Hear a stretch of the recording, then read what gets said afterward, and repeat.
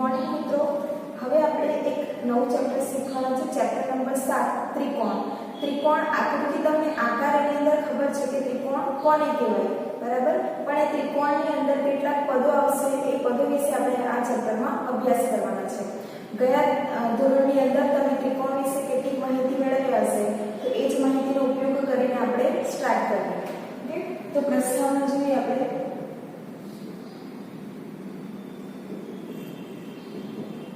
ત્રિકોણ એટલે કોને કહેવાય? તો ત્રણ રેખાઓ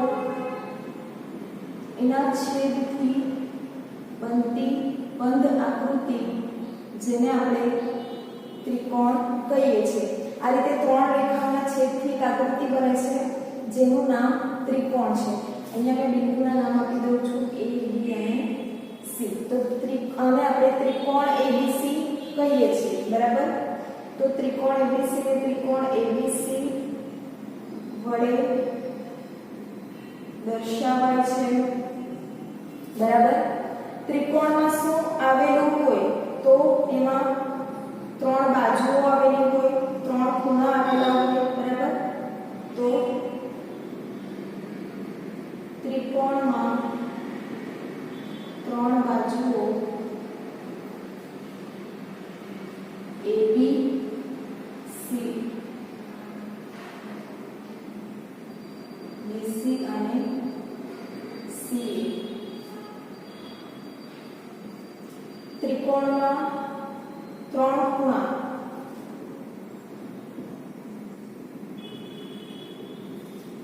ખૂણો ABC, ખૂણો CDA અને ખૂણો ACB.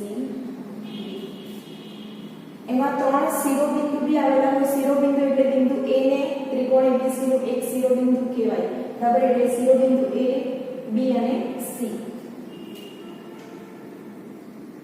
ત્રિકોણમાં ત્રણ શિરોબિંદુ A, B અને C આવેલા છે. ત્રિકોણ ABC ને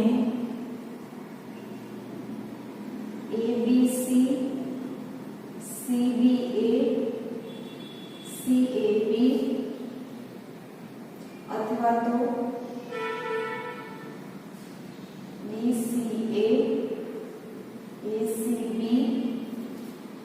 ABC, CBA, CAB, BCA, BAC, ACB અને ABC. આ છ રીતે આપણે આ ત્રિકોણને લખી શકીએ, બરાબર? જરૂરી નથી કે ABC નો મતલબ ABC જ આપણે લખવાનો, અને આપણે અહીંથી પણ સ્ટાર્ટ કરી શકીએ, અહીંયાથી પણ સ્ટાર્ટ કરી શકીએ, બરાબર? એટલે ત્રિકોણને આપણે અલગ અલગ રીતે લખી શકીએ છીએ. હવે આગળ બીજા કેટલાક પદો આપણે જોવાના છે. પહેલું છે એમાં તો અંતર્ગત બાજુ. મેં ત્રિકોણ અહીંયા દોરું છું, બરાબર? ત્રિકોણ ABC છે, પણ અહીંયા આપણે એ રીતે દોરીએ છીએ, બરાબર?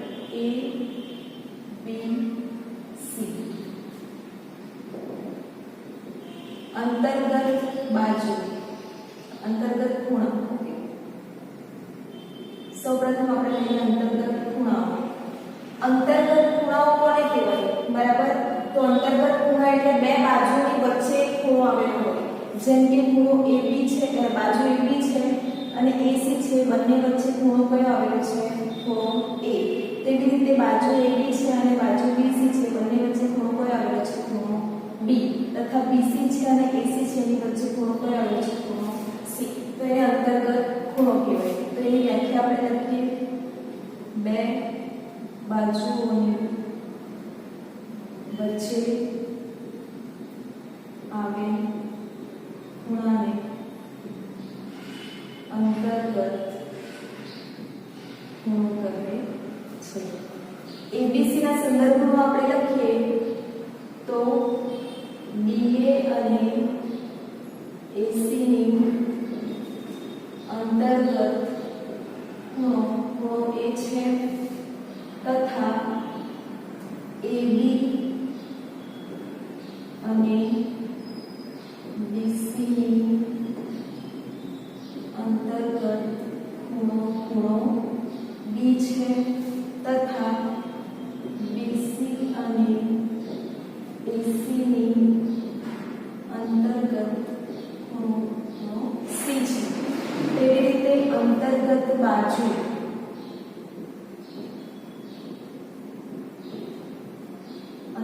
બાજુ કોને કહીશું?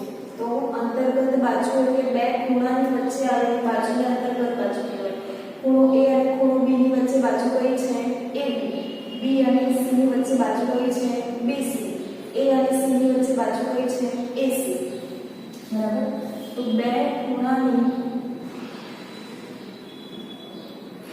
વચ્ચે આવેલ બાજુને અંતર્ગત બાજુ કહે છે.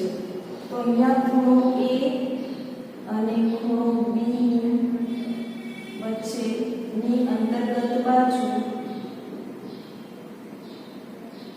AB છે. ખૂણો A અને ખૂણો C ની અંતર્ગત બાજુ AC છે.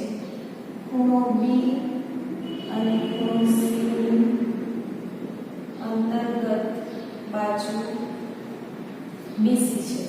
ઓકે, હવે આગળ ખૂણાની સામેની બાજુ. આ બધા જ પદ આપણે આગળ ઉપયોગમાં આવવાના છે એટલે જરાક ધ્યાનથી એને સમજી લઈએ. ખૂણાની સામેની બાજુ એટલે ખૂણો B છે એની સામેની બાજુ કઈ છે? AC. ત્રણે ત્રણ ખૂણાની સામેની બાજુ અલગ અલગ હશે. C ની સામેની બાજુ કઈ છે? AB. તેવી રીતે A ની સામેની બાજુ કઈ છે? BC. ઓકે, તો ખૂણાની સામે આવેલ બાજુને ખૂણાની સામેની બાજુ કહે છે. જેમ કે A ની સામેની બાજુ BC છે, B ની સામેની બાજુ AC છે, C ની સામેની બાજુ AB છે. તેવી રીતે બાજુની સામેનો ખૂણો એટલે પેલાથી ઉલટું. તો આપેલ બાજુની સામે આપેલ ખૂણાને બાજુની સામેનો ખૂણો કહે છે. જેમ કે BC ની સામેનો ખૂણો કયો છે? A. AC ની સામેનો ખૂણો કયો છે? B. AB ની સામેનો ખૂણો કયો છે? C. જેમ AB ની સામેનો ખૂણો C, AC ની સામેનો ખૂણો B અને BC ની સામેનો ખૂણો A. જેમ આપણે ખૂણાની સામેની બાજુ તેમ બાજુની સામેનો ખૂણો બંને ઓલ્ટરનેટ છે પણ જરૂરી છે. ઓકે, બંને સાચું છે કે A ની સામેની બાજુ BC છે તો BC ની સામેનો ખૂણો A થાય. ઓકે, એટલે બંને આટલી વસ્તુ આપણે ધ્યાનમાં રાખવાની છે.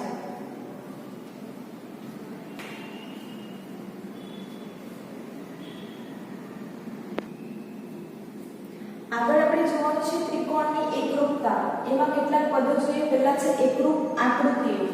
એકરૂપ આકૃતિ, પહેલા તો શબ્દ એકરૂપનો મતલબ કે એકરૂપ, એક સરખું. બરાબર? જેમ કે આપણે જોઈએ તો તમારી બોલપેન હોય, બરાબર, તો એ બોલપેનનું માપ કેવું હોય? સરખું આપેલું હોય. પછી તમારી A4 સાઈઝની નોટબુક છે, બરાબર, તો બધી નોટબુક એક જ સાઈઝની આપેલી હોય, બરાબર, તો એ શું છે? એકરૂપ આકૃતિઓ એને કહેવાય. બરાબર? એકરૂપ વસ્તુ છે. જેમ કે સિક્કા હોય તો સિક્કાનું માપ બી કેવું હોય?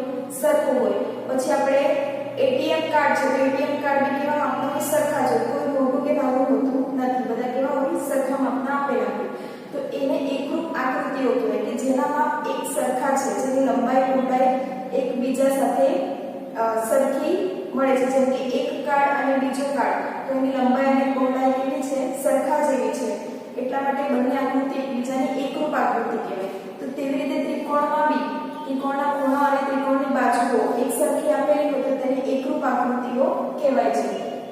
બે ત્રિકોણ વચ્ચેની સંગતતા, તો એ ટોપિક સમજીએ આપણે. બે ત્રિકોણ વચ્ચેની સંગતતા માટે આપણને બે ત્રિકોણો લેવા પડશે, ABC અને PQR. હવે આ બંને ત્રિકોણો એકરૂપ છે એટલે કે સરખા છે તો આપણે કઈ રીતે સાબિત કરી શકીએ? બરાબર, તો એના માટે આપણે એના ખૂણા અને એની બાજુને એકરૂપ બતાવવું પડશે.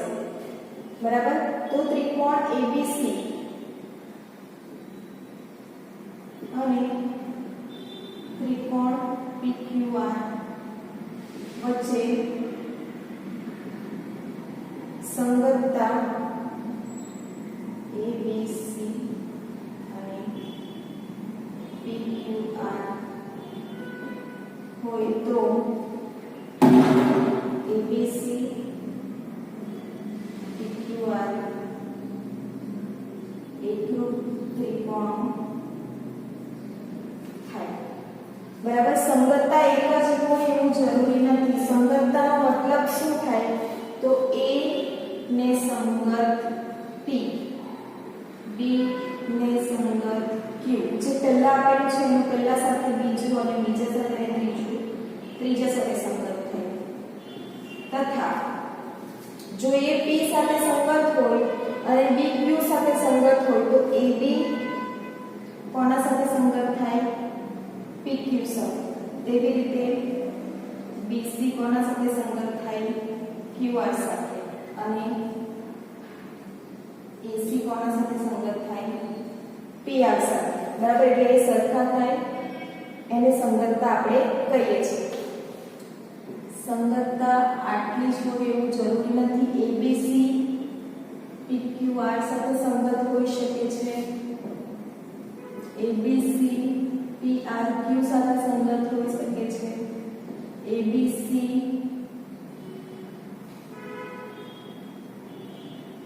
PQR આવી ગયું, PRQ આવી ગયું, QPR સાથે હોઈ શકે છે, ABC QR P સાથે હોઈ શકે છે, ABC સંગત RQP, ABC સંગત RPQ. ઓકે, હવે તમે એમ કહેશો કે આ બધાનો મતલબ શું છે? ત્રિકોણ તો એક જ છે પણ આ સંગતતાની વાત કરું. બરાબર, ABC સંગત RPQ. તો ABC સંગત PQR માં AB સંગત P છે, જ્યારે આની અંદર A ને સંગત શું છે? R છે, B ને સંગત P છે અને C ને સંગત Q છે. બરાબર, એટલે સંગતતા બદલાય એટલે જે તે ખૂણાના માપી કેવા થાય? બદલાય. એટલે અનુરૂપ ખૂણા એના બદલાઈ જશે. બરાબર, એકરૂપતા માટેની જે શરત છે એ જ છે કે જે સંગતતા આપેલી હોય એને આધારે જે ખૂણા અને બાજુઓ એકરૂપ થાય. આપણને સંગતતા આ આપેલી છે તો એને સંગત R હોય એટલે એનું માપ જે છે એનું માપ R જેવું થાય, બંનેનું માપ સરખું થાય. Q P જેવું થાય અને C Q જેવું થાય. જ્યારે અહીંયા A P જેવું છે, B Q જેવું છે, C R જેવું છે. અને સંગતતા બદલાય ત્યારે આ જે એકરૂપતા છે પણ બદલાય. એટલે આ વસ્તુ આપણે ધ્યાનમાં રાખવાની છે. આગળ જોઈએ આપણે એકરૂપતા. એકરૂપતાની વ્યાખ્યા છે બે ત્રિકોણના શિરોબિંદુઓ વચ્ચેની સંગતતા આપેલ હોય એ સંગતતા માટે અનુરૂપ ખૂણાઓ તેમજ અનુરૂપ બાજુઓની પ્રત્યેક જોડ એકરૂપ હોય તો તે સંગતતા એકરૂપતા કહેવાય અને બંને ત્રિકોણો એકરૂપ કહેવાય. એટલે કે આપણે આ જે ત્રિકોણ લઈએ ABC અને PQR તો આપણે એવું છે કે પ્રત્યેક જોડ એકરૂપ થાય. બરાબર, એટલે આપણે ABC અને ત્રિકોણ PQR માં ABC સંગત PQR છે. બરાબર, એટલે એ ખૂણો A જે છે એકરૂપ ખૂણો P થાય આ એકરૂપતાનું ચિહ્ન છે ખૂણો B ખૂણો Q અને ખૂણો C ખૂણો R એટલે આનો મતલબ શું થાય ખૂણો A બરાબર ખૂણો P ખૂણો B બરાબર ખૂણો Q ખૂણો C બરાબર ખૂણો R તથા બાજુઓ માટે AB એકરૂપ PQ પછી BC એકરૂપ QR અને AC એકરૂપ PR એટલે થશે AB બરાબર PQ BC બરાબર QR અને AC બરાબર PR એના બધા જ ખૂણાઓ બીજા ખૂણા સાથે સરખા છે A નું માપ P સાથે સરખું છે B નું Q સાથે અને C નું R સાથે તથા એની બાજુઓ બી કેવી છે એકરૂપ છે જ્યારે એક મિનિટ તો એકરૂપ છે તો એ સંગતતાને એકરૂપતા કહેવાય એટલે કે આ જે સંગત છે માટે ABC PR PQR એકરૂપતા છે અને ત્રિકોણ ABC અને ત્રિકોણ PQR એકરૂપ ત્રિકોણો થાય કે ત્રિકોણ એકરૂપ ક્યારે થશે તો એની જે બાજુઓ છે અને ખૂણાઓ છે તે એકરૂપ હોય એકબીજા સાથે સરખા બધી જ બાજુઓ અને બધા જ ખૂણા એકરૂપ થાય છે એટલે બંનેની સંગતતા એકરૂપતા છે અને ત્રિકોણ કેવા થાય એકરૂપ થાય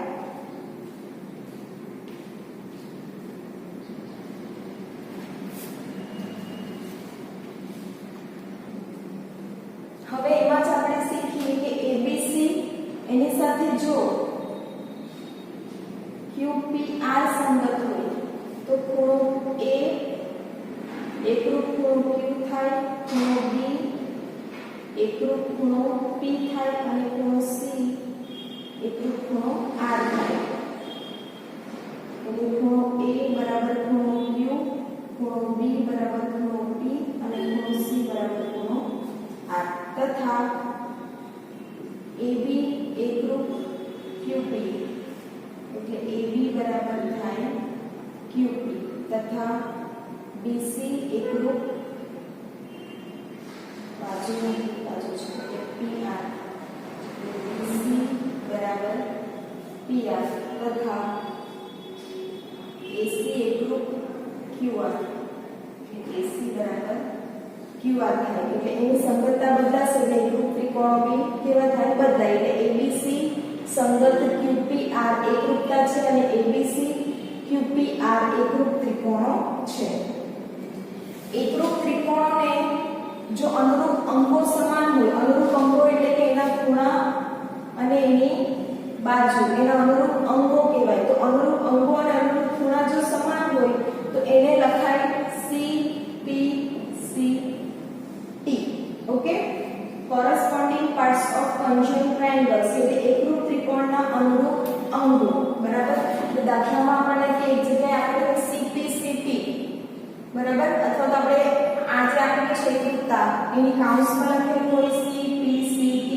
એનો મતલબ કે એકરૂપ ત્રિકોણના અનુરૂપ અંગો સમાન છે એટલે આપણે સમજીએ એમાં કે બંને ત્રિકોણ એકરૂપ આપેલા છે આ સંગતતા લખેલું હોય અને કાઉન્સમાં લખેલું હોય CPCT એટલે કે અનુરૂપ એકરૂપ ત્રિકોણના અનુરૂપ અંગો સમાન છે બરાબર આવી રીતે આપણને આપેલું અનુરૂપ અંગો આપેલા હોય બરાબર એટલે એકરૂપ ત્રિકોણના અનુરૂપ અંગો છે આમ આપણને આ સંગતતા આપેલી છે ABC અને QPR અને પછી કીધું CPCT એટલે કે એકરૂપ ત્રિકોણના અનુરૂપ અંગો આપેલા છે